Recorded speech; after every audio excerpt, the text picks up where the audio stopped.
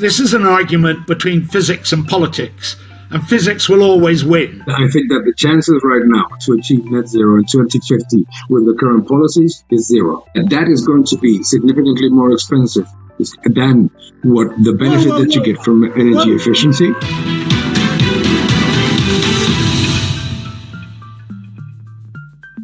Welcome to the Capital.com debate.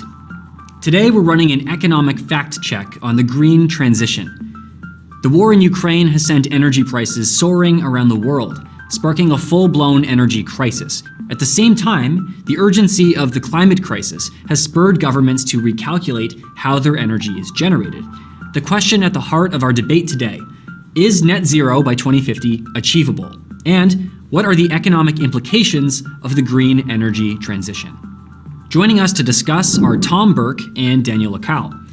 Tom Burke has been an environmental activist for decades. He's chairman and founding director of E3G, an independent climate change think tank, and he's also former executive director of Friends of the Earth. We're also joined by Daniel Lacal. He's chief economist at Tressis, one of Spain's biggest wealth management firms. Thank you both for joining us today. Quick disclaimer before we get started: our guests today are not connected with Capital.com, and any views they may express are personal to them and are not representative of Capital.com, nor do their views constitute trading advice. So, without further ado, let's get started on the debate itself. The key question at the heart of this debate: is the transition to net zero actually achievable, or is it just a pipe dream? Tom, why don't we start with you? Is it achievable technologically? Yes. We have the technology already that we would need to get to net zero, and we've got a lot more to come. There's an awful lot of research going on triggered by the challenge, so we're going to have the technology. We do not have a technology problem. Can we deploy that technology fast enough? I think that's a much more difficult question. We're not looking for a whole raft of new technologies to do this, but we are looking for new ways of thinking about things, new ways of organizing things, new policy measures, and we're certainly looking for a lot more political commitment. I think if we have a real problem with getting there, it's a political problem, not a technology problem, and not really an economic problem. Interesting. Daniel, what are your thoughts? I think it's virtually impossible to achieve the 2050 target, not just because, yes, we do have some technology, but not enough technology to provide a level of energy policy and at least a level of supply of energy that is, as it is right now, secure and at the same time affordable. It is both an economic and resource problem. We do have the technology to improve, and quite significantly, and we have to be positive about it because we have improved very, very rapidly. But it's virtually impossible to reach the level of mining of lithium and cobalt and all of the rare earths required for the net zero target by 2040, let alone by 2030 or earlier. No?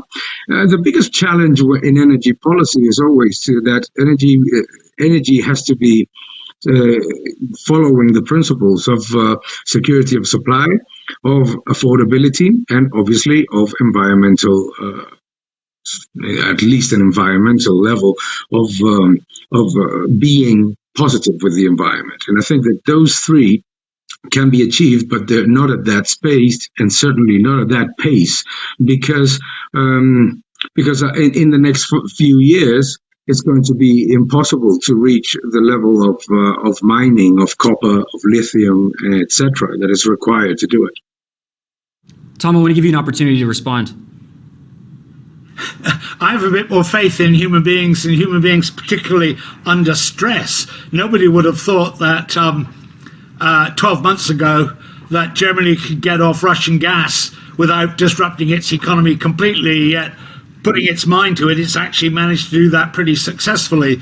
In the Second World War, the US turned its whole industry from producing cars to producing tanks in 12 months with a lot less capability to change things then than we have now. So I don't think there's I don't think you've got any reason to think we can't do something if we set our mind to it. Now, Daniel's right about that criteria that you have to meet.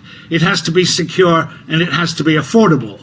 But I don't think the problem with that is technology. The problem with that is whether we adopt the right kind of policies, we put the right kind of effort in. And a lot of that depends on how serious you think the problem is. If I may, I don't think that the example of Germany is a good one, because it's gone from depending on Russian gas to depending on US liquefied natural gas. So it's not something that does anything to the net zero. Actually, it has massively increased its dependence on lignite and on natural gas, unfortunately. No? I think that you're absolutely right. We have the technology and we have the opportunity, but it's not just something that we can change as quickly. Even if we want as humans, and even if we put all of our resources together, think about it, just to achieve net zero by 2050, we would need to increase the number of copper and lithium mines globally by more than 60 times. That is not just a question of deploying the resources or the will or the political power to do it. It's simply it's an impossibility from a purely mechanical and engineering standpoint. I spent 20 years working for a very large mining company, and the one thing I became absolutely convinced about is don't believe anything that you hear from the mining industry about what is or is not possible. I frankly think, I don't know what the source of those numbers are, but I would treat them with considerable amount of skepticism. The underlying point is right.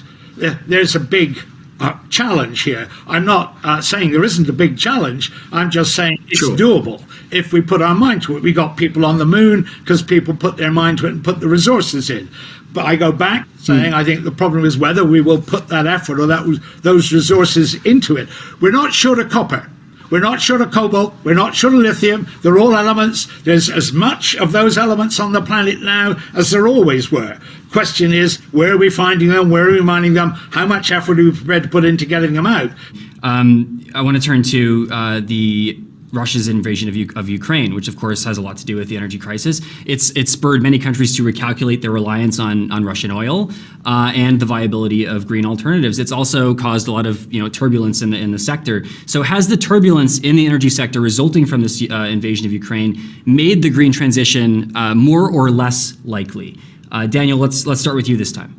I would say it is more likely. I think obviously humanity tends to react in a very positive way to crisis, because that incentivizes innovation and improvement in technology, and obviously the deployment of alternatives. The oil crisis of 1973 led to the development of the North Sea and so many other alternatives. So yes, I think it has accelerated it. Has it accelerated it enough? I doubt it. And one of the problems I have, for example, with the way that the green transition has been designed in the European Union, for example, and in Germany in particular, comes from the, in my opinion, misguided decision to undertake it while at the same time eliminating the nuclear option, which is critical for decarbonization. So I think that it has accelerated it.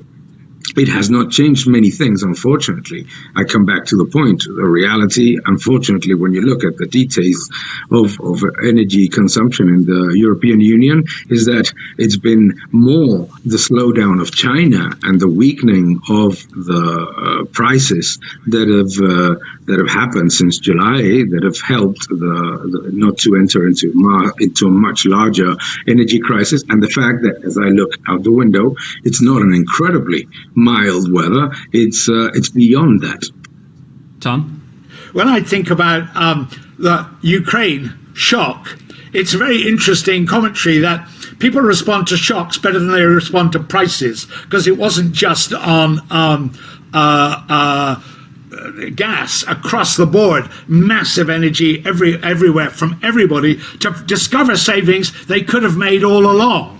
In their energy efficiency. So maybe we want more shocks of the right way, but I certainly think it's made it easier to get to net zero. It's created some real political problems that I don't think people have yet thought about.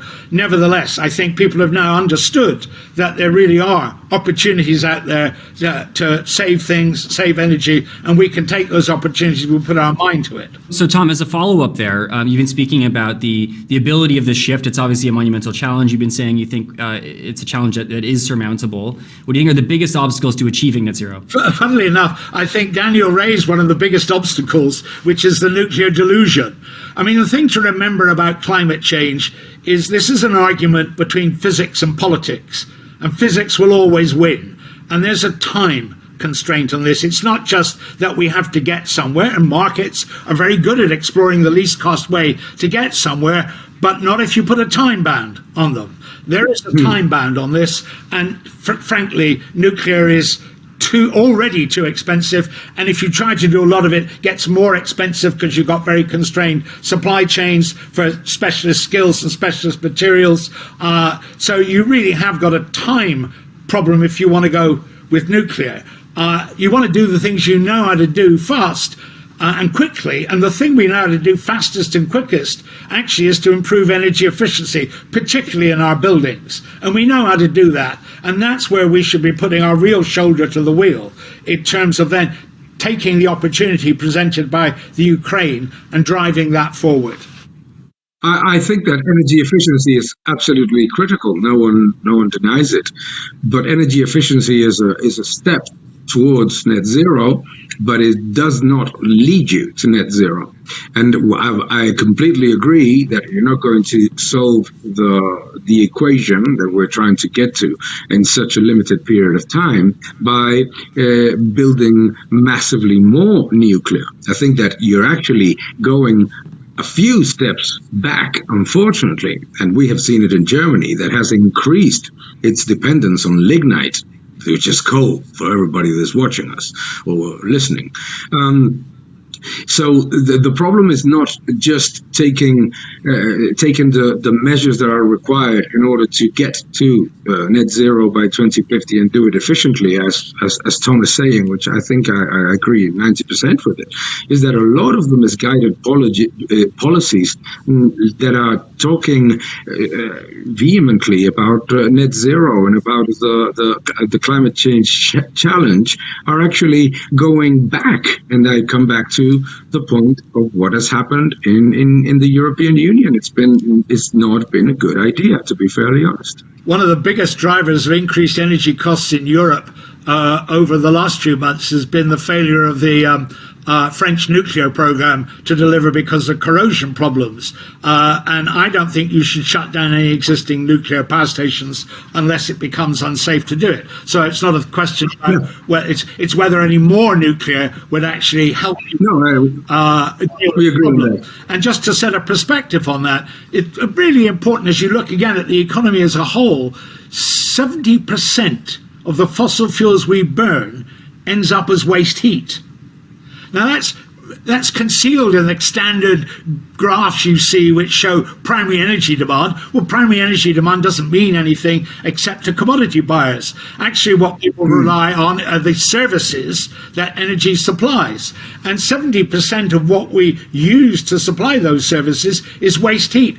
You're going to have a massive increase in the productivity of your economy if you drive that out. Now, Daniel's right, that doesn't get you all the way there. It may not even get you 80% of the way there, but it's the fastest, quickest, and a way it just distributes the benefits of a capital spend fastest that you can do. So if we're not doing that, and we're not really doing that anywhere at the level it could be done, then we're already trying to drive this forward with a halter on our back. If you want to trade the markets, Capital.com provides the tools and insights you need to learn, trade, and invest smarter. Tap into up-to-the-minute market insights and trading signal tools, the Capital.com Academy, and watch more of our cutting-edge films, all for free. And the Capital.com platform offers thousands of instruments on global markets that can be traded as CFDs. Just tap the link in the description or search for Capital.com in the App Store. Right, so we've been orbiting this topic. I want to dive directly into it, talking about green technology, renewable technology, and nuclear as well off the back of that. First, there's a lot of debate about whether or not renewable alternatives are even up to the task of providing or satisfying the globe's essentially appetite for energy, and whether those options are actually affordable. So, Daniel, why don't you start here? Do you think that the available green technologies that we have on the table can actually satisfy that need? Relatively, yes. There's been a huge improvement in efficiency and a huge improvement in productivity of renewable technologies. But so far, we cannot change what is, so far it's at least economically and certainly technologically impossible right now to solve the equation of volatility and intermittent technologies. The renewables, by definition, are volatile and intermittent, and energy supply needs to be constant. And the more difficult that we make it for renewable energies to become baseload energy, the more that we will take to get to the 2050 target. That is something that requires a tremendous amount of investment. The battery rollout is not yet a solution, and certainly not a viable economically or even industrially feasible solution. But I'm a big defender of human work, and I think that we will see vast improvements in it. It's not there yet, but I think it may come, and it may come faster than we think. We might need a shock, as Tom said before, but it is not there today. So you've been mentioning the shortcomings. Tom, do you think we're being overly optimistic about green tech then? No, I think we are being pessimistic, actually, and I think Daniel's being a bit pessimistic. The investors have already made their mind up. Renewables were the largest in terms of electricity generation last year around the world. Renewables attracted more investment than any other form of electricity production. And what's more, the reason for that is it's actually cheaper to provide electricity from renewables pretty well everywhere in the world now than it is even to provide it from existing gas or coal technology. So there's a lot of evidence out there that investors, opportunity seekers, already beginning to pursue. But one of the obstacles are really old-fashioned ideas and pre-digital age ideas like baseload. It's over a decade. The then head of the national grid said baseload in Britain said baseload is an outmoded concept over a decade ago. And he was wrong. Well, are renewables variable? Yeah, sure they are. Sometimes it really is. You do not have to be a clever scientist to work this out. The wind doesn't blow and the sun doesn't shine. By the way, as the French have just discovered, sometimes 60% of your nuclear power stations don't work either. No generation is on all the time. Nothing is on all the time. The question is, can you deal with that variability? And yes, I mean, we don't let Daniel come back, but I think there are lots of ways to deal with that variability, some of them which will make your electricity even cheaper. I don't dispute the fact that renewable energy is economically viable. No one has denied that. That is not the question. The question is that people, when they switch on the light, they expect light to come out. And that's not an easy thing, and you're absolutely right, even if you have 70% nuclear. Of course, no one ever said that you had to have 100% nuclear or 100% gas or 100% hydro. It's insane anyway.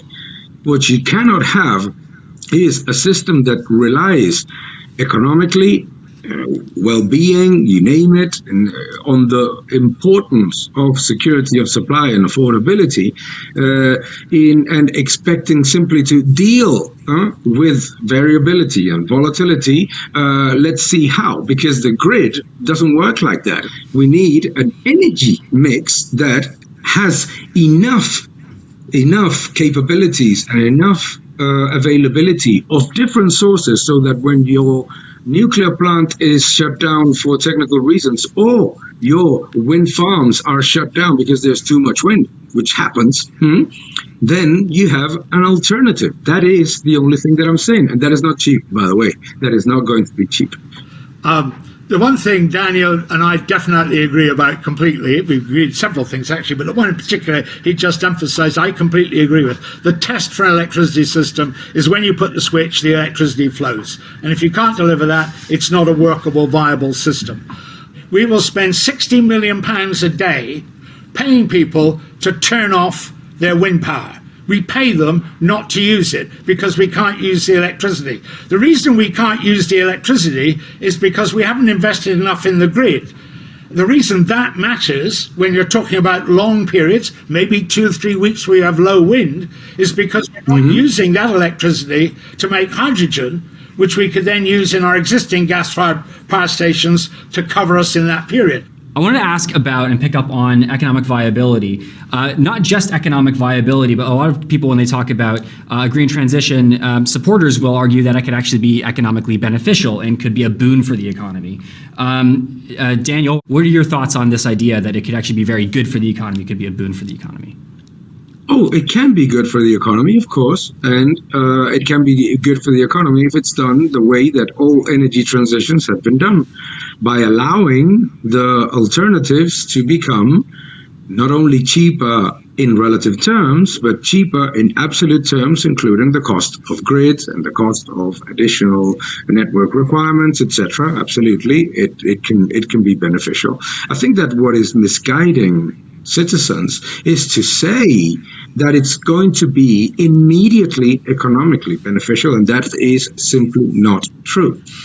It requires very, very significant investments up front, massive investments up front that are going to make it more expensive short term can be a decade, by the way, short term for customers. So energy transition is on the long term, and we can discuss about different periods of time, but the mistake and what gets people actually, and worries me, that people become against energy transition from in the way that Tom is presenting it, and myself, which I think we agree on most of it, is that it's being sold as something that is going to reduce electricity bills now. Not happening. I agree with Daniel in the fact that where we will get to will be an energy system that powers our economy much more effectively. How do we get there? And who pays is the question. Do we have to invest in order to get there? Yes, we do. Of course we have to invest. Do we have to push people's bills up in order to do that, which is a much more significant political question? Well, that depends on how cleverly you go about it. If you go about it stupidly, you will put people's bills up a lot. If you're smarter about how you do it, you won't push people's bills up as much or even that significantly. We have wasted the last 10 years of not spending money, not even spending money that we've committed to improving the energy efficiency of our buildings. We can do that actually pretty fast. We're good at that kind of change, and that will get bills down right away. Does that mean you've got to slow down investment? No, it doesn't. Does that mean you've got to have both a combination of public and private investment? Yes, it does. That's exactly what has been recognized by the Biden administration in the US, and which the EU is now following, that you've got to be prepared to create the public investment that will leverage massive flows of private investment in order to get those benefits. And you'll get those benefits faster and cheaper if you do that smartly than if you do it stupidly. Yeah, but be it public or private, it's the consumer that pays. It doesn't matter. The public money doesn't come from, I don't know, the sky. It comes from taxpayers. So I'm not even debating the concept that there needs to be public and private collaboration. Absolutely there is, but that is going to be significantly more expensive than what the benefit that you get from energy efficiency. Obviously, it will. But obviously, it will. But it's just not even just the fact that the fact that networks need at least in the US and the European Union at least, and it's being 10 trillion of added investments in order to accommodate for the green transition. That is going to make bills soar with energy efficiency or not. And again, the only thing that we need to be is understanding that cost may be acceptable and actually maybe not only may be beneficial but will be beneficial. The problem is telling people that it's going to lower their bills now. It's not going to happen.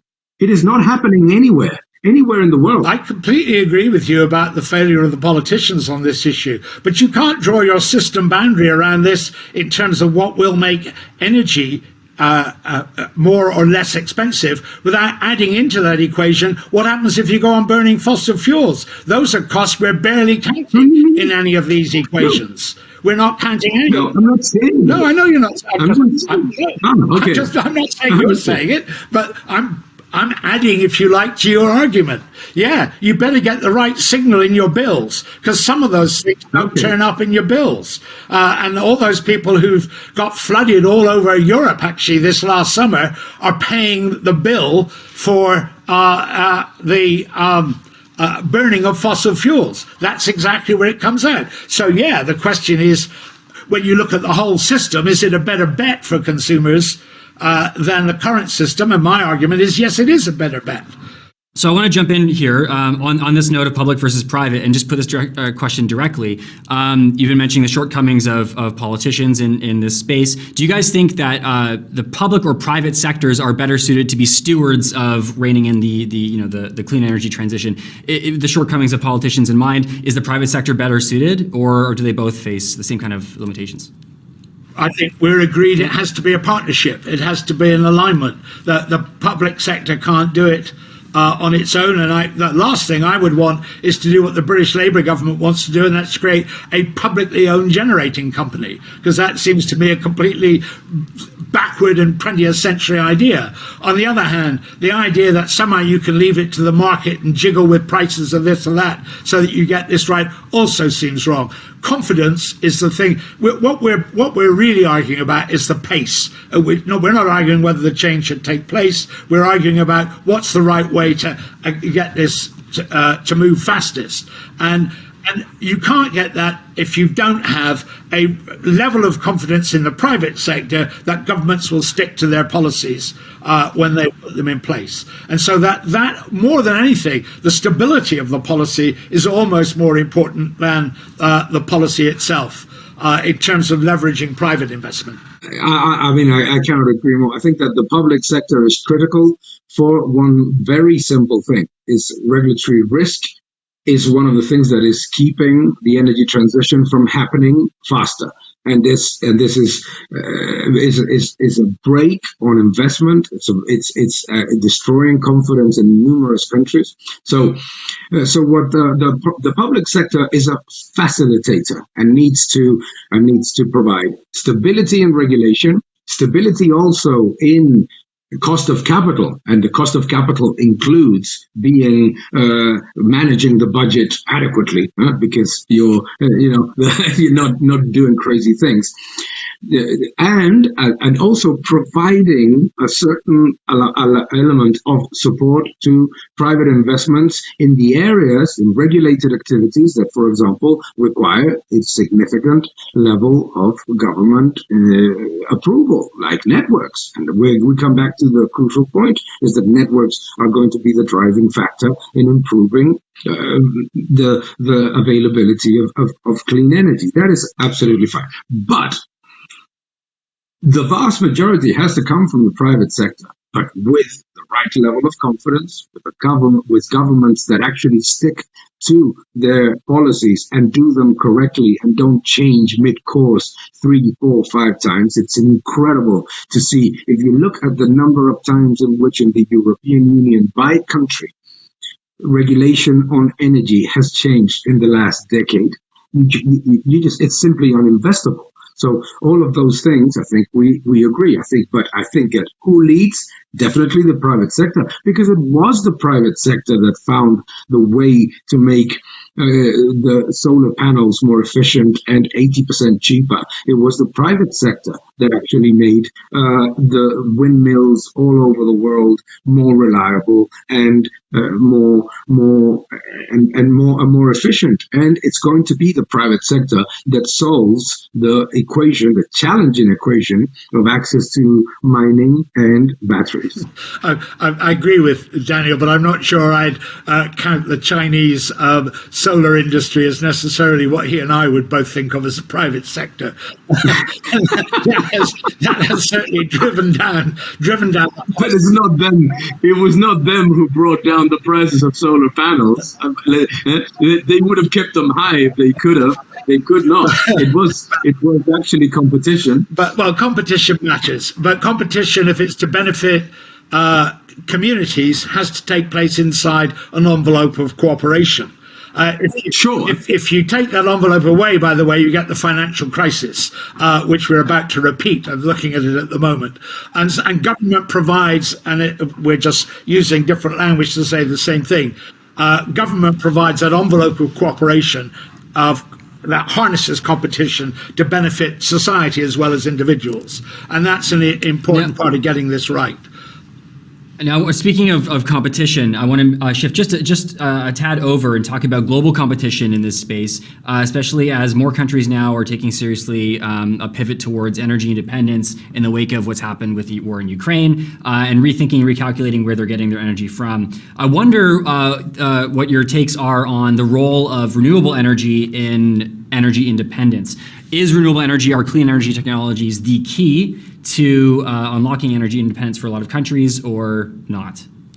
Daniel, why don't we start with you? Energy independence doesn't exist the moment that you define it by something which is a political line, which is a border. Makes no sense. It's ridiculous. No?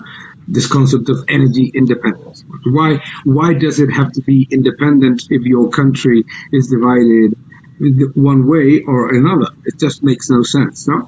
I think that the way that we need to think about energy independence is not from the perspective of doing everything our own, which is autarky and which is a stupidity. It's an economic and social stupidity and a very dangerous idea.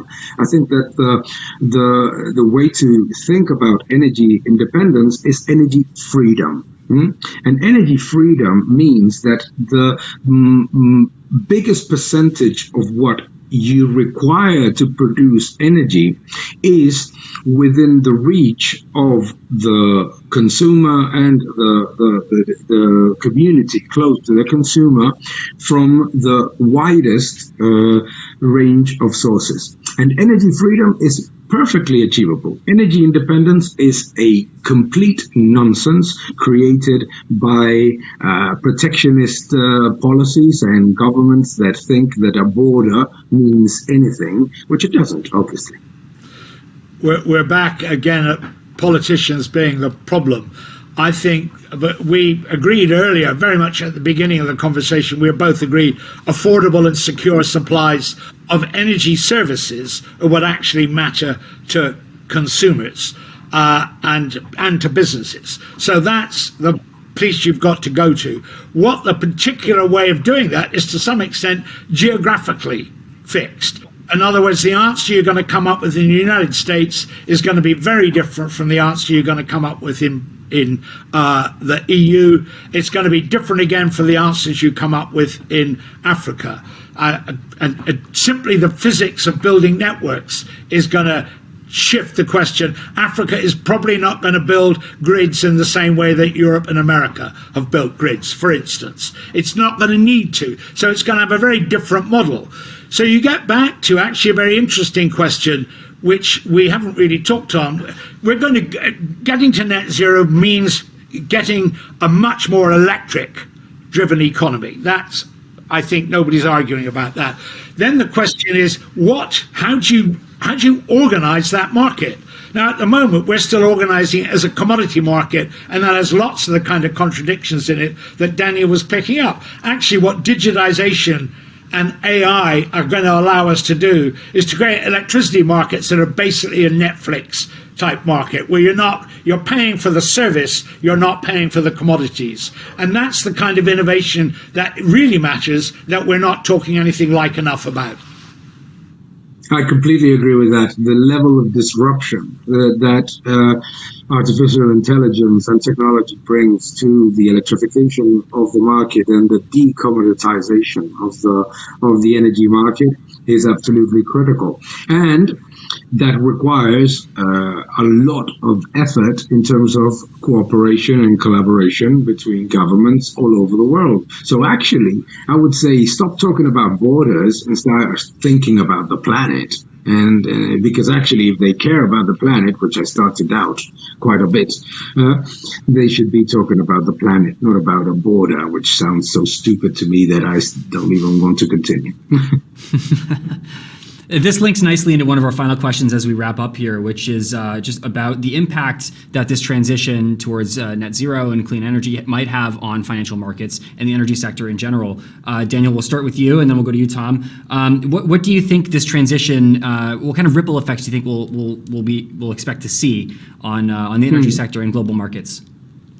Well, if politicians and policymakers followed what Tom is saying, which sounds like gold dust to me, hugely disinflationary, no? Beautifully disinflationary, monstrously disinflationary, and very positive for the poorest, very positive for the people that have less benefits, and very significant improvement for the improvement of the weight of small and medium enterprises becoming larger enterprises and being bigger and much more reliable and resourceful in the middle of a crisis. And also, let's not forget, because we're talking about yet another crisis from doing exactly the same thing, printing money and lowering rates to create inflation from nowhere, it would be very disinflationary, and disinflationary in a very good way. There's a problem, a big political problem, which is not yet talked about anything like enough. Basically, you're going to move from an electrical energy system rich in rents to one that is essentially rent-free. You're going from a commodity market to a service market.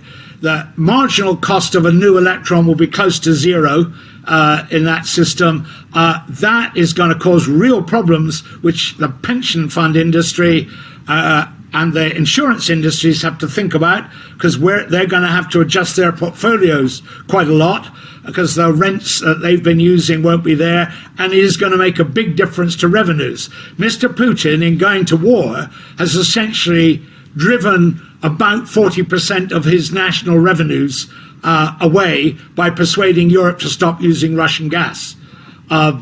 And that's what the logic of I think the kind of electricity system both Daniel and I agree about is. That's a big political problem, which people haven't really begun to think seriously about yet.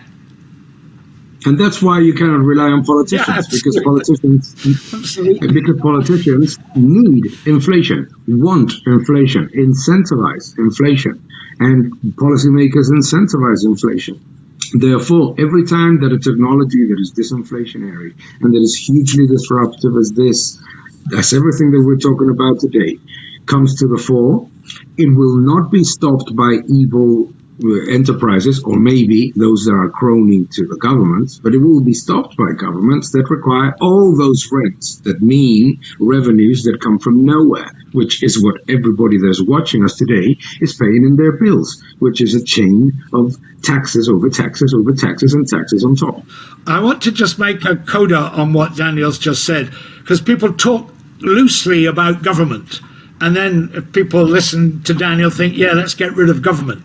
Getting rid of government is not a good idea. There are two parts. There's an administrative part, which works actually reasonably well, especially in Europe. And there's a political part, which is pretty rotten. whatever part of the spectrum you're looking at it from, is pretty suspect. So when you talk about wanting to... No, I think everybody can understand that I'm not talking about police officers. I wish everybody did. But anyway, the point is we agree again. It's the politics, stupid. Right, I'm just aware of time, and I want to ask one final question before we wrap here, which is just I want to get a quick fire take from each of you, bearing in mind everything we've discussed so far in this debate. I want to get your verdicts yet again on this 2050 net zero goal that that was set in the Paris Accords. From each of you, just quickly, what chances do you give for achieving that, and what are some kind of parting thoughts to bear in mind on this subject? Tom, why don't we start with you and then go over to Daniel? We probably won't make it, but it'll be a political failure. I couldn't agree more. I think that the chances right now to achieve net zero in 2050 with the current policies is 0%. But having said that, everything we can do to stop burning fossil fuels will make the pain less. Yeah, I agree with that as well. And the positive, to end up in a positive note, is that regardless of the fact that governments will will not make it, it'll. That brings us to the end of our debate today. Tom and Daniel, thank you both very much for joining us today for this lively discussion. I really enjoyed it. As stated at the top, our two guests today are not connected with Capital.com, and any views that they've aired during the debate are personal to them and are not representative of Capital.com, nor do their views constitute any advice. Thank you so much for watching, and don't forget to subscribe to our channel to stay alerted to all of our latest videos, from regular chart analysis on the markets to macroeconomic explainers on the key financial topics of the day.